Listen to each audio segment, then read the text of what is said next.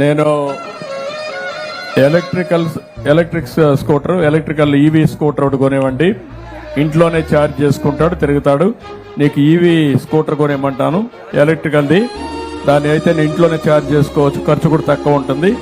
Immediate కొనిస్తాను, 2-3 రోజులు తెప్పిస్తారు. Collector టచ్లో ఉంది. ఇప్పుడు ఏం కావాలంటావు నువ్వు ఏమన్నా చేయడానికి?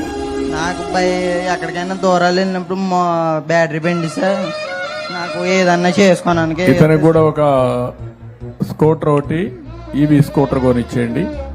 సో దట్ నేను ఈవీ స్కూటర్ కొనిమ్మంటాను. నువ్వే ఛార్జ్ చేసుకొని నువ్వు వెళ్ళొచ్చు. నేను చేయమంటాను. నువ్వు కూడా పనిచేసేది నేర్చుకో.